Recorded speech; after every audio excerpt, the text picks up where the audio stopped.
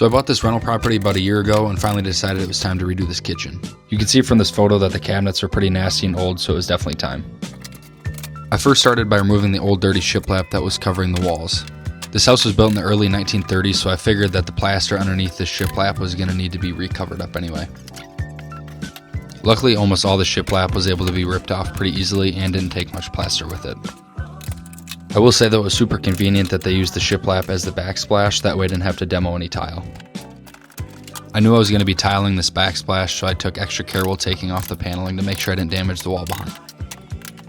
It was really nice for me. I was able to just pull up on the countertops and watch it start coming off. This piece was about 9 to 10 feet, so I just cut it up and took it out to the dumpster. Because of the age of these cabinets, which were coming up on about 100 years old, we had to take it apart as one big piece instead of in sections like newer cabinets. Super big shout out to my dad too for helping me out on this project. The water lines were ran through the bottom of the cabinet, so once I cut those out, the whole piece came out pretty easy.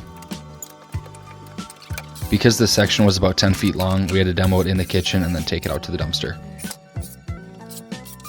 Once we finished the demo, we found some cards back behind the cabinet, which was kind of fun besides that mice were chewing on some of the cards.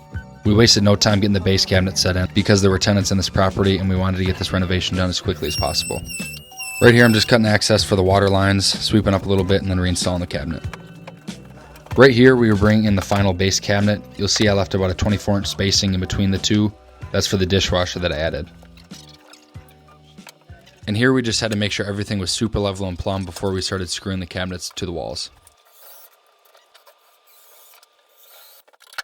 I just finished using my multi-tool to cut off the rest of the shims, and then it was time to dry fit the dishwasher. The last thing we did here was cut the countertops to fit, and luckily this was just one straight cut and we didn't have to do any 45s. If you want to see the rest of this rental property kitchen renovation, follow along for part 2.